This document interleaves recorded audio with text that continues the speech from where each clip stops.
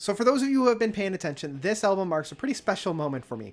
Not only am I celebrating my 5 years of reviewing music on this channel, but also Flying Colors, the second album of theirs, was my very first video that I ever put up on this channel. And so it feels fitting that my 5th-year anniversary video happens to also be their next album of Third Degree.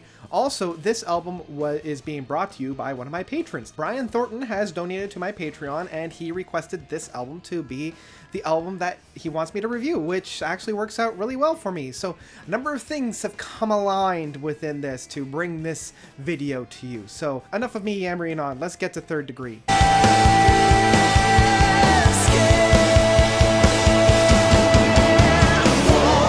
Third Degree by Flying Colors. So Flying Colors is a conglomeration band, not quite a supergroup as I would like to say, but more of a conglomeration band, being helmed by Neil Morse of many different projects, Spock's Beard, his own solo stuff, Transatlantic. This is kind of his pop rock approach, teaming up with Mike Portnoy on drums, Casey McPherson on vocals and guitar, and Casey's kind of the front man in this band, helming most of the vocals and most of the guitars as well. We also have Steve Morse coming on, kind of filling in some of the roles every once in a while. And then rounding it off on bass and drums, we have Dave LaRue, and I already mentioned Mike Portnoy on drums.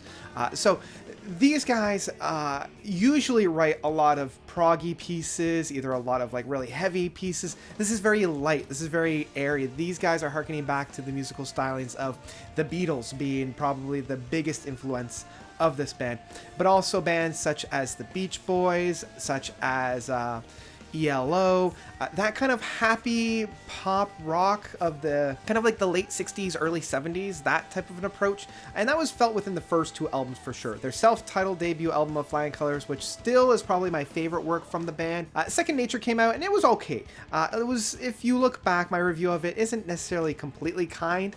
It was just kind of and now we come into Third Degree. It's really interesting because one of the things that I love about this particular album is actually one of the reasons why I don't like a lot of other albums, and I'm going to clarify with that. The thing that I love about this album is that it doesn't really do a whole lot of new things. It doesn't really cover a whole lot of new territory, and there's not really a huge big leap between the first 2 albums and this album, and I kind of like that. In a lot of albums, in a lot of cases where a band were to do this, I would feel as though I was either ripped off, or they're not really progressing, or they're not trying anything new. But I actually kind of enjoy it in this sense. I think part of the reason is how almost jovial and celebratory the music is on this album, how happy and how joyful it is half the time. There's not a whole lot of like downer tracks on this. We do have a couple of heavier tracks, More being probably the hardest track off of this, and it is kind of the one that sticks out a little bit, not necessarily in a bad way. And it's interesting that they led the album campaign with this track because it is the track that's so oddball. It's so removed from the kind of status quo of this. The general feel that we have on this is tracks like The Lost Inside, Cadence, Guardian, You Are Not Alone, and Love Letters. These guys kind of take up the bulk of the album, and it is kind of typical Flying Colors. Like if you've listened to the first and second album, these 2 tracks don't really do a whole lot of new things. I do like how Geronimo on this album is a little bit more bouncy. It's a little bit more kind of grooving, and it's definitely a lot of fun. And that's something that can be said for a lot of these tracks. It's just how fun those are. We also have the 2 bigger tracks on here, the 2 staple tracks of The Last Train Home and Crawl. These 2 tracks probably, the highlights of this album because they are into the 10 and 11 minutes. Even though a lot of these guys come from prog backgrounds, these 2 are the only real progger pieces. Like, it's kind of like when pop rock was trying to experimenting a little bit with the prog. These 2 are kind of flirting with prog in a little bit. And I like how they build. I love the payoffs that they have. I like how they really kind of take their time, but do a lot within the time that they're allotted. And I am also interested that a lot of these tracks are pretty lengthy. There's not a whole lot of smaller moments on this in terms of like 3 to 4 minutes that we found within the first 2 albums.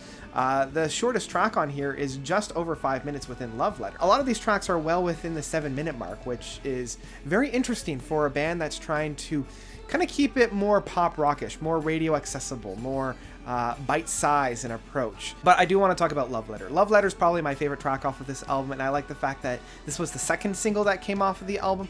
Really dug it. I like how almost Mr. Blue Sky it is, very Electric Light Orchestra in that sense, and I like how everybody gets a chance to shine on this track. This is something that is found within most of the tracks and definitely the album runtime as a whole, but you know, it's not just Neil Morse that center stage, and it's not just Casey that center stage.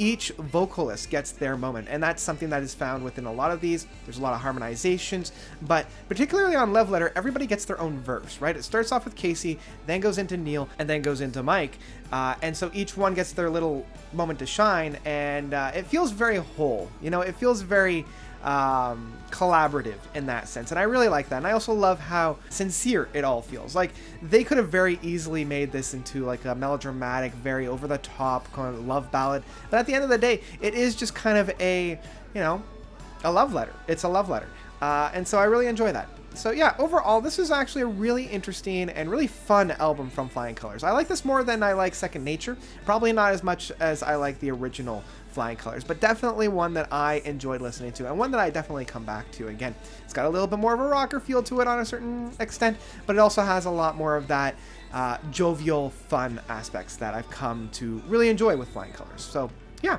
this is one that's easily a download. I would download this, even though the physical format has the bonus disc with some remixing in the songs. It also has that bonus track, which I really enjoyed. But I wouldn't feel like it's a needed bonus track. I thought that it would be a definitely a needed one if they were covering some tracks, which I know these guys like to do. So yeah, that's about it. What did you guys think of Third Degree by Flying Colours? Did you love it? Did you hate it? Whatever you thought, let me know by commenting down below. Thank you guys so much for watching. As always, you guys are definitely the best. And until next time, notes out.